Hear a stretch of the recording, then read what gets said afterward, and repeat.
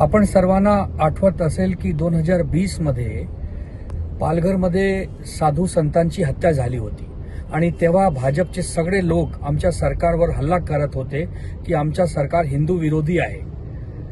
आणि त्या दिवशी ज्या दिवशी हल्ला झाला होता त्याच्या दिवशी दुसरा दिन आम्ही सगळ्यांना आरोपींना उचललो, जेलमध्ये टाकलो। ते सगळे आता बेलवर सुटलेले आहे। त्याच्यामध्ये एक आरोपी होता तो काशीनाथ चौधरी।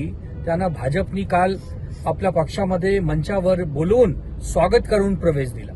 जेव्हा आम्ही सगळे विरोधक, खास करून आमची शिवसेनानी विरोध केला की हे काय चाललंय, म्हणजे जे आमचे साधू संतांचे हत्यारे आहेत त्यांना तुम्ही भाजपमध्ये का घेताय, त्या सगळ्या बघून आज रवींद्र चव्हाण जे भाजपचे महाराष्ट्राचे अध्यक्ष आहेत त्यांनी आनंद फानंदमध्ये एक नोटीस जारी केलेला आहे डहाणूचे अध्यक्षला की ह्यांना तुम्ही काढून टाका, स्थगिती द्या, म्हणजे तुम्ही यांना स्टे द्या ह्या पदाच्या। अरे तुमच्यामध्ये जर हिम्मत असेल तर त्या काशीनाथ चौधरींना फाशीवर टाका ना, फाशीवर हे करा, चढवा। का करतात असा, म्हणजे लपून छपून का करतात? म्हणजे एक आमच्या साधू संतांची हत्या करण्याने तुम्ही पक्षामध्ये प्रवेश घेतात आणि नंतर जेव्हा आम्ही हल्ला बोल करतो त्यांना तुम्ही स्टे देतात। हे काय चाललंय? कोणाला मूर्ख बनवताय तुम्ही भाजपचे लोक?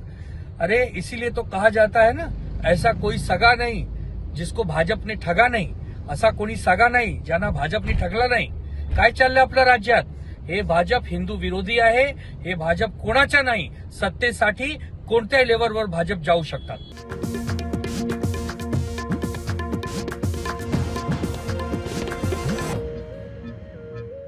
हाँ, देवेंद्र फडणवीस जी बराबर कहते हैं, चोरी चकारी करके